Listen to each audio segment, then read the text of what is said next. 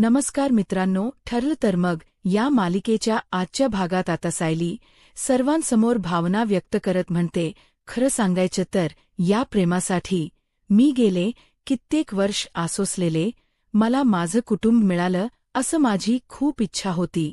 या घराने मला प्रेम माया सायली म्हणून खूप प्रेम दिलं, परंतु आज तन्वी म्हणून हे सगळं काही अनुभवताना खरंच खूप वेगळं वाटलं. हा सगळा अनुभव खरंच खूप वेगळा होता. आता सायलीच्या डोळ्यात अश्रू असतात, आनंदाने तिचे डोळे पाणवलेले असतात. तर अर्जुन सायलीला म्हणतो, बायको आता तू इतके रडतेस, मग पुढे काय होईल? तर सायलीम हणते, म्हणजे अजून काय करणार आहात तुम्ही? आता अर्जुन अश्विन आणि अस्मिताकडे पाहतो.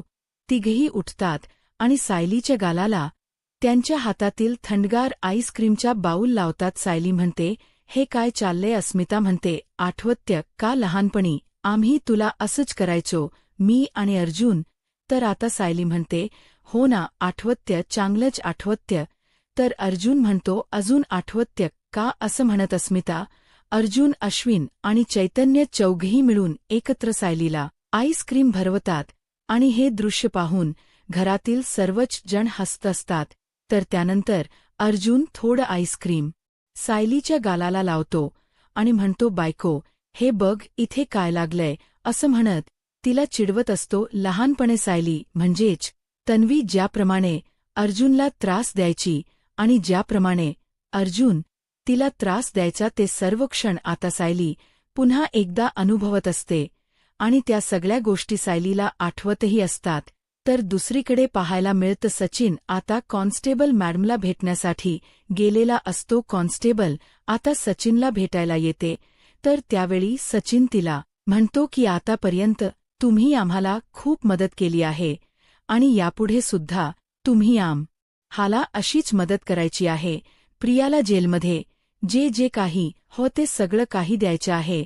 तर कॉन्स्टेबल म्हणतात की हो, काही हरकत नाही, करेन ना, मी सगळी मदत करेन, परंतु या सगळ्याचा मला काहीतरी मोबदला मिळायलाच हवाय ना? सचिन म्हणतो, मिळणार, या सगळ्याचा मोबदला तुम्हाला मिळणार. सचिन आता काही पैसे हातात घेत कॉन्स्टेबल मॅडमना म्हणतो, हे घ्या, कारण कसं आहे ना, आम्ही कोणतीही काम मग फुकटात करून घेत नाही. हे पैसे घ्या आणि इतकेच पैसे तुम्हाला दर महिन्याला मिळत जातील, परंतु तुम्हाला आमचं काम अगदी चूक करावं लागेल. आता ते पाहून कॉन्स्टेबल मॅडम खुश होतात.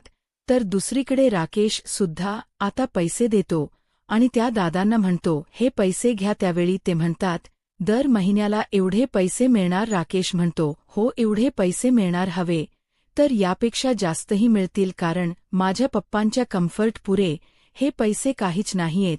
तर ते खुश होतात आणि म्हणतात, चालेल साहेब. तर राकेश त्यांना म्हणतो, पण एक गोष्ट लक्षात ठेवायची, माझे पप्पा जे मागतील ते सगळं काही त्यांना द्यायचं. माझे मीटिंग, माझे कॉल, सगळं काही त्यांच्यापर्यंत पोहोचलं पाहिजे. आता मात्र ते खुश होतात. तर दुसरीकडे कॉन्स्टेबल मॅडम सुद्धा इतके सारे पैसे पाहून खुश होतात. ते सगळे पैसे हातात घेतात आणि म्हणतात की इथून पुढे तुमच्या कोणत्याच कामात अडथळा येणार नाही. इथून पुढे तुमची सगळी काम अगदी व्यवस्थित होतील. तुम्हाला जसं हवं तसंच घडेल. सचिन म्हणतो, गुड, मग आता थोड्या वेळातच आमची एक मीटिंग घडवून आणायची. तर दुसरीकडे राकेशने ज्या कॉन्स्टेबलला पैसे दिलेले असतात ते सुद्धा राकेशला तेच विचारतात की मीटिंग म्हणजे? तर त्यावेळी राकेश म्हणतो, सांगतो, सगळं काही सांगतो, असं म्हणत राकेश त्याचा प्लॅन आता त्यांना सांगत असतो. इथे राकेश सचिन यांचं प्लॅनिंग चालू असतं. तर दुसरीकडे सुभेदारांच्या घरी सर्वच जण खूप आनंदात असतात. तर चैतन्य आता सायलीची मस्करी करत म्हणतो, सायली वहिनी म्हणजे आता आईस्क्रीम गर्ल झाली आहे. तर अर्जुन म्हणतो, हो ना, क्यूट असं म्हणत सर्वच जण सायलीची मस्करी करत असतात. कल्पनाताई म्हणतात, ए माझ्या भाचीला त्रास द्यायचा नाही. तर अस्मिता म्हणते, आम्ही कुठे त्रास देतोय? प्रतापराव म्हणतात, नाही, माझ्या भाचीला त्रास द्यायचा नाही. अर्जुन म्हणतो, हो का, आम्ही काही तिला त्रास देत नाही आहोत, फक्त तिची गंमत केली. आता रुसलेली सायली तिथून निघून जात असते. सर्वजण सायलीला थांबवण्याचा प्रयत्न करतात. सायली हाताची घडी घालून सर्वांसमोर उभी राहते आणि म्हणते, ही गंमत नाहीये. तन्वीच्या गालाला आईस्क्रीम लावणं आणि तिला आईस्क्रीम जबरदस्तीने भरवणं हा सगळ्यात मोठा गुन्हा आहे आणि हा गुन्हा या चौघांनी केला आहे. तर आता प्रतापराव सायलीची साथ देत म्हणतात, ऑर्डर ऑर्डर. चारही गुन्हेगारांनी आता आरोपीच्या पिंज्यात उभं राहावं. अश्विन म्हणतो, ओ डॅड, काय हे? तर प्रतापराव म्हणतात, मी आता डॅड नाहीये, जज आहे. त्यामुळे उठा. आरोपीने उठायचं आणि आरोपीच या पिंज्यात जाऊन उभं राहायचं. अर्जुन म्हणतो, बरं ठीक आहे. असं म्हणत आता चौघही एका लाईनमध्ये उभे राहतात आणि म्हणतात, हो, आम्ही आहोत आरोपी. तर प्रतापराव सायलीला म्हणतात, मिसेस सायली, सुभेदार, तुम्हाला नक्की वाटते का की ह्या चौघांनी तुमच्यावर अन्याय केला आहे? तर सायली ठणकावून सांगते की हो, या चौघांनीही माझ्यावर अन्याय केला आहे, कारण या चौघांनी ठरवून माझ्या गालाला थंडगार हात लावलेत आणि त्यानंतर त्यांनी ठरवून मला जबरदस्तीने आईस्क्रीमही भरवलं. तर अर्जुन सायलीला म्हणतो, बायको, हे काय चाललंय? तर प्रतापराव म्हणतात, ऑर्डर. कोर्टाची शांतता भंग करू नका. आणि मिसेस सुभेदार, तुमची केस कोण लढणार आहे? तर सायली म्हणते, माझी केस मीच लढणार आहे आणि माझे साक्षीदार असतील प्रतिमा किल्लेदार आणि कल्पना सुभेदार. तर अर्जुन म्हणतो, मम्मा, मग काही हरकत नाही. तर कल्पनाताई म्हणतात, आम्ही तयार आहोत. परंतु या चौघांपैकी मुख्य आरोपी कोण आहे? तर आता सर्वजण अर्जुनकडे पाहतात आणि अश्विन आणि चैतन्य म्हणतात, अर्जुन. सुभेदार अर्जुन म्हणतो, मी मुख्य सूत्रधार, मी मुख्य आरोपी नाही. असं काही नाहीये माझ्यासोबत. या तिघांनी सुद्धा गालावर तुला आईस्क्रीम म्हणजे आईस्क्रीम तुला लावलं होतं, त्यानंतर भरवलं होतं ना? मग हे तिघे सुद्धा गुन्हेगार आहे. तर प्रतापराव म्हणतात, ऑर्डर. मिस्टर सुभेदार, तुम्हाला बोलण्याची संधी दिली जाईल. तोपर्यंत मिसेस सुभेदार, तुम्ही बोला. तर सायली अर्जुनवर आरोप करत म्हणते, हे नेहमीच मला असा त्रास देत असतात आणि नंतर काय, ही सहज मी गंमत केली होती, असं अगदी सहज म्हणतात आणि या सगळ्यावरच माझा आक्षेप आहे. तर आता सायलीच्या बाजूने साक्ष देत विमलताई म्हणतात, हो, मी स्वतःच्या डोळ्याने बघितला आहे. या चौघांनी सुद्धा आमच्या सायली ताईला खूप त्रास दिला आहे. आता विमलताईंची साक्षी ऐकून अश्विन म्हणतो, अहो विमलताई, तुम्ही कुठे मध्ये घुसताय अहो? तुम्ही साक्षीदार आहात का? आता सर्वजण हसू लागतात. तर आता अर्जुन म्हणतो, हो ना, आईस्क्रीम खा, आईस्क्रीम खा. तर सायली म्हणते, माझे साक्षीदार कोण आहे हे ठरवण्याचा अधिकार फक्त मला आहे. आता घरातील हे सगळं आनंदाचं वातावरण पाहून प्रतिमा आत्या खूप खुश होतात आणि कल्पना ताईने म्हणतात, कल्पना, बघ, माझ्या लेकीने पुन्हा एकदा या घरात हसू आणलं. कल्पनाताई अभिमानाने सायलीकडे पाहत असतात आणि कोर्टाची केस मात्र काही चालूच असते. तर दुसरीकडे आपल्याला इथे पोलीस स्टेशनला पाहायला मिळतं की काही जण आता महिप्त बाबा की जय असा नारा धरत आणि असा जयघोष करत पोलीस स्टेशनला आलेले असतात आणि त्यांच्यासोबत महिप्त शिखरे म्हणजेच महिप्त बाबा सुद्धा आलेले असतात आणि राकेशही असतो. तर त्यावेळी आता पोलीस स्टेशनचे इन्चार्ज अज्ज सर आता महिप्त शिखरेंना म्हणतात, महिप्त बाबा, अरे महिप्त शिखरे, तुझी सुरुवात तर इथूनच झाली आणि परत तू इथेच आलायस. तर आता महिप्त शिखरे म्हणतात की हो साहेब, खरंच आभार तुमचे की तुम्ही आमची आठवण ठेवलीत. पण खरंच तर हे सगळं काही तुमच्यामुळेच घडलं, कारण इथे असताना तुम्ही मला 4 चांगल्या गोष्टी शिकवल्यात आणि इथून बाहेर पडल्यानंतर समाजसेवा करायची हे मी ठरवलं आणि त्या 4 गोष्टी मी समाजातीलही लोकांना सांगू शकतो. तर त्यावेळी आता इन्स्पेक्टर साहेब महिपा शिखरेंना विचारतात, पण आता तू इथे का आलायस? तर महिपा शिखरे म्हणतात, तुम्ही ज्याप्रमाणे मला 4 गोष्टी शिकवलात आणि मी लोकांना ते ज्ञान देऊ शकतो, समाजाचं भलं करू शकतो, कल्याण करू शकतो, तसंच मला सुद्धा आता माझ्या मित्राला 4 चांगल्या ज्ञानाच्या गोष्टी सांगायच्या आहे. त्याला सुद्धा 4 गोष्टी सांगून शिकून मला शांत करायचं आहे. या गुन्हेगारी प्रवृत्तीतून त्याला मला बाहेर काढायचं आहे. चांगल्या मार्गावर चालण्याचं त्याला मला ज्ञान द्यायचं आहे. मला तुम्ही परवानगी द्याल का?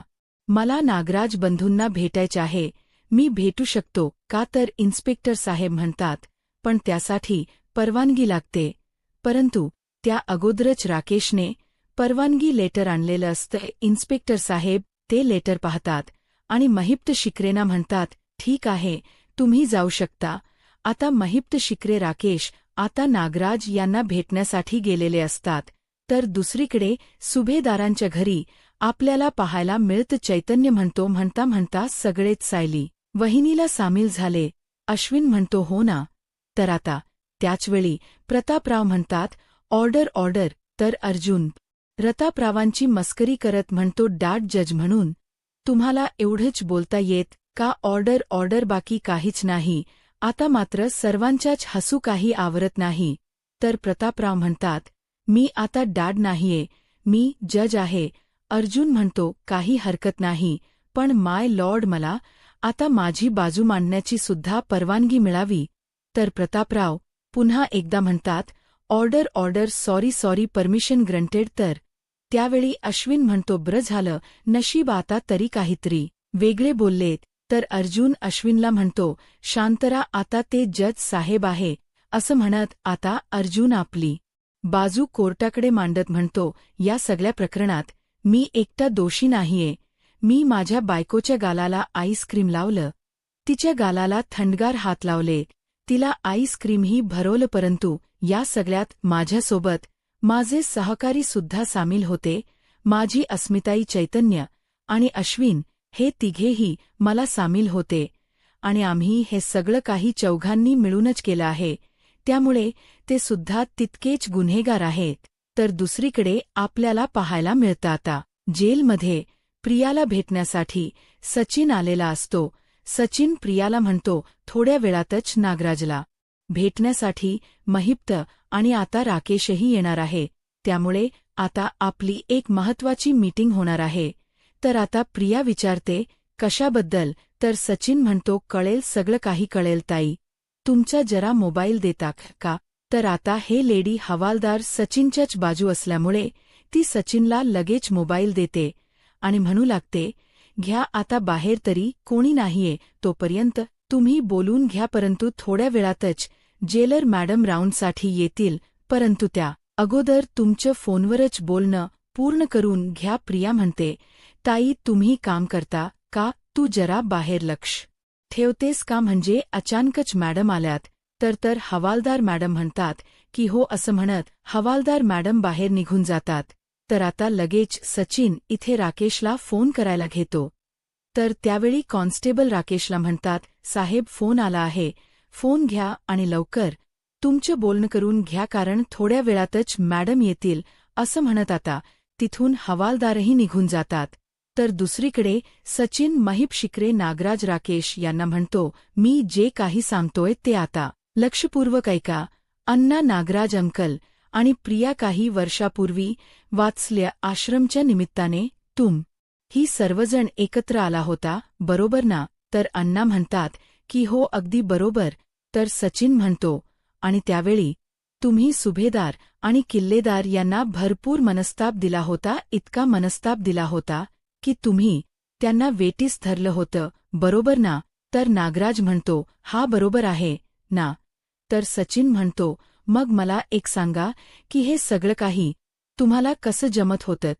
तर या प्रश्नाचे उत्तर देत सचिन म्हणतो, कारण त्यावेळी तुम्ही सर्वजण एकत्र होता, आपण अजूनही 5 बोटांची मूठ करू शकतो, एकत्र येऊ शकतो आणि त्या अर्जुन आणि सायलीला टफ फाईट करू शकतो. तर आता सचिनच हे बोलणं ऐकल्यानंतर नागराज सचिनला म्हणतो, हे बघ सचिन, पण त्या प्रियावर माझा काडीचाही विश्वास नाहीये. तर प्रिया नागराजला म्हणते, मग माझा तुमच्यावर विश्वास आहे हे तुम्हाला कोणी सांगितलं? आता दोघांच्याही वाद चांगलाच पेटलेला असतो.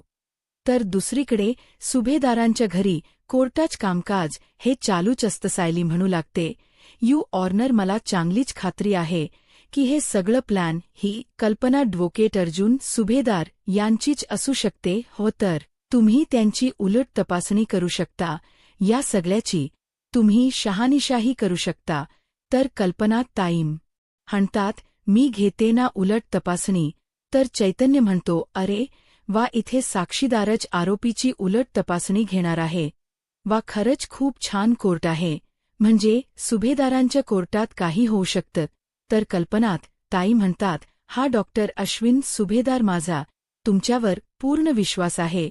मला खात्री आहे जे सत्य आहे तेच तुम्ही सांगा. आणि म्हणूनच मला आता सांगा की या सगळ्याचा खर आरोपी कोण आहे.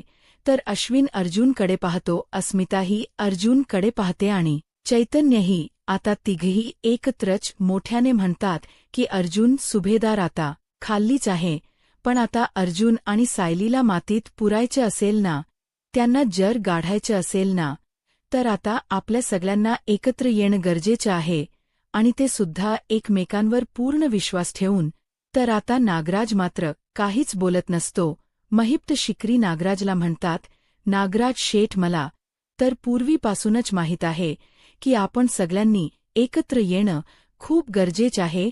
दुनियेसमोर चांगलं राहून आपल्याला जे करायचंय ना तेच करायचं. आता तुम्ही सांगा की तुम्हाला काय वाटतं. तर राकेश नागराजला म्हणतो की पप्पा, आपल्याला एकत्र यावं लागेल.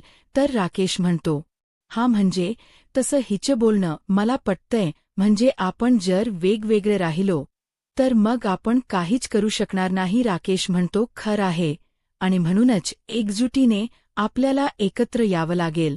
तर नागराज या सगळ्या गोष्टीचा विचार करतो आणि प्रियाला म्हणतो, कारण आपण सर्वजण एकत्र आलो तर सायली आणि अर्जुनचा आपल्यासमोर टिकाव लागू शकत नाही. हे मला पटते. तर दुसरीकडे सुभेदारांच्या घरी आपल्याला पाहायला मिळतं कोर्टाचं कामकाज तर संपलेलं असतं, परंतु सायलीचा आनंद काही गगनात मावत नसतो. सायली खुश होते आणि अर्जुनला म्हणते, मी ना आज जास्त म्हणजे खूप जास्त खुश आहे. कारण माझ्या इतका आनंद कोणालाच होऊ शकत नाही. कारण माझ्या आयुष्यात आज जे काही घडलं ना ते कोणाच्या आयुष्यात घडूच शकत नाही. तर अर्जुन म्हणतो, हो, तू खुश आहेस ना, मग झालं. तर आणि आता तुझ्या आयुष्यातला आनंद हा तुझ्यासाठी खूप महत्वाचा आहे. पण आता काय बाबा, सर्वांनाच त्यांचीत नवी मिळाली आहे. अर्जुनकडे कोण बघतही नाहीये. तर सायली म्हणते, काही बोलताय. अर्जुन म्हणतो, हो, खरं आहे. आता मी एवढ्या उठावशा काढत होतो, कोणीही दया दाखवली नाही, कोणीही मला थांबवलं नाही. सर्वजण उलट माझ्यावर हसत होते. तर सायलीसुद्धा हसत असते.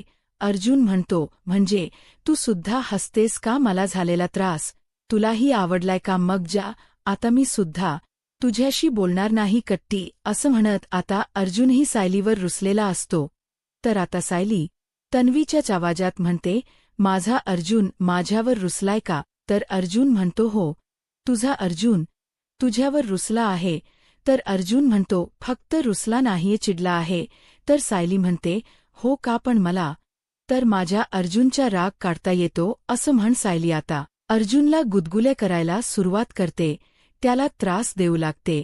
आणि त्यावेळी मात्र अर्जुनच हसू काही आवरत नसतं. दोघेही खूप खुश असतात. परंतु इकडे मात्र हे सर्वजण एकत्र येत आता या दोघांना उद्ध्वस्त करायचं प्लॅनिंग करत असतात. प्रिया म्हणू लागते, आपण सर्वजण ज्यावेळी एकत्र होतो त्यावेळी वेळोवेळी सायली अर्जुन यांना हरवलं होतं. त्या दोघांना खूप त्रास दिला होता. पण गेले काही दिवस आपण सर्वजण वेगवेगळे विचार करत होतो, वेगवेगळ्या पद्धतीने वागत होतो. काही जण जेलमध्ये गेले तर काही जण सुधारल्याची नाटकं करत होती. असं म्हणत प्रियाचे टोमणे मारणं काही थांबत नसतं. पण या सगळ्याचा परिणाम म्हणून सायली अर्जुन प्रत्येक गोष्ट जिंकायला लागले. प्रत्येक गोष्टीत त्यांना यश मिळायला लागलं. आणि या सगळ्याचा परिणाम म्हणून गेली 3.5 वर्ष जी गोष्ट आपण वेठीस धरली होती, जी गोष्ट लपून ठेवण्याचा प्रयत्न केला, तीच गोष्ट सगळ्यांसमोर आली. सत्य सगळ्यांना कळालं. सायलीस तन्वी आहे हे सिद्ध झालं. पण यापुढे आपण सगळ्यांनी एकत्र यायचं की असेच आरोप प्रत्यारोप करत राहायचं हे आता आपण सर्वांनी ठरवायचं आणि ते सुद्धा आत्ताच. तर महिपशिके प्रियाला म्हणतात, आता त्यात वेगळं काय ठरवायचं, ते अर्जुन आणि सायरीला हरवण्यासाठीच तर एवढा मोठा हा डाव रचला, इतका मोठा नाटक केलं या महिप्त शिकरेने. त्यांनी माझ्या लेकीच आयुष्य उद्ध्वस्त केलं, माझ्या लेकीला आयुष्यात खूप त्रास दिला आहे, मग त्यांना तरी मी सुखाने जगू देणार आहे का? इथे मात्र सायली अर्जुन एकमेकांची मस्ती मच्छा मस्करी करत असतात आणि दोघेही खूप खुश असतात. तर नागराजही राग व्यक्त करत म्हणतो, माझी सगळी स्वप्न त्या सायली आणि अर्जुनने थोडीच मिळवलीत. मला दादाचीची सगळी प्रॉपर्टी हवी होती, मला किल्लेदारांच्या घरातील सत्ता हवी होती, पण त्या सायली आणि अर्जुनमुळे काहीही होऊ शकलं नाही. आणि आता तर मला या दोन्ही गोष्टी अर्जुनकडून हिसकावून घ्यायचे आहे. तर आता इथे मात्र सायली अर्जुन खूप खुश असतात. तर दुसरीकडे सचिन म्हणू लागतो, मला सुद्धा त्या अस्मिताला सुखात जगू द्यायचं नाहीये आणि मला चांगलंच माहीत आहे, जर ते सुभेदार रडले तर अस्मिता सुद्धा रडेल आणि मला सुद्धा त्या सायलीला कायमच उद्ध्वस्त करायचं आहे. असं म्हणत प्रियाने सुद्धा शपथ घेतलेली असते. तर प्रिया पुढे म्हणते, घरातील प्रत्येकाला सायलीचा अभिमान वाटतोय, प्रत्येकाला माज आला आहे, पण आता त्यांच्यावर अशी वेळ आणायची, अशी परिस्थिती आणायची की त्यांना आपले पाय धरावेच लागतील आणि आता ते आपला गुलाम होऊन राहतील. तर आता नागराज प्रियाला आठवण करून देत म्हणतो, प्रिया आता तुझा सामना सायलीशी नाहीये तर तन्वीशी आहे.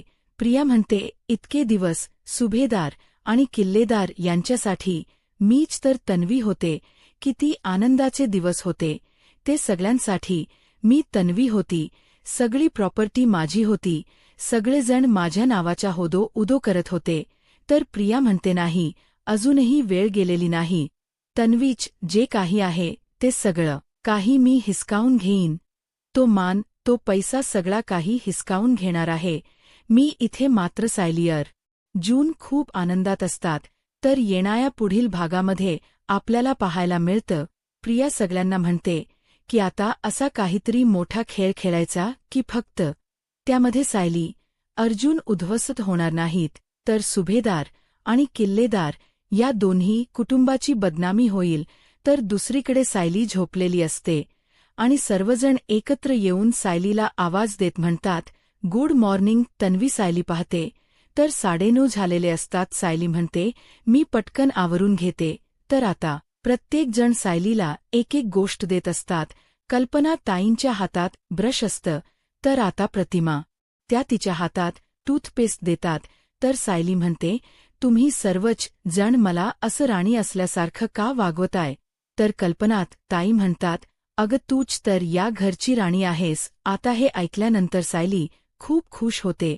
तर दुसरीकडे महिप शिकरे म्हणतात, सायली सुभेदार तन्वी किल्लेदार यांच्या आता बर्बादीचे वारे वाहणार 113%. असं म्हणत आता पाचही जणांनी एकमूट करत आता सायली अर्जुनला उद्ध्वस्त करण्याचे षड्यंत्र रचलेलं असतं. परंतु या षड्यंत्रातून सायली अर्जुन कशा प्रकारे बाहेर पडतील आणि महिप्त शिकरेचा खरा चेहरा सर्वांसमोर आणण्यात यशस्वी ठरतील का? आता पुढे काय होईल हे पाहायला आत्ताच माझा महाराष्ट्र या यूट्यूब चॅनलला सबस्क्राईब करा. धन्यवाद.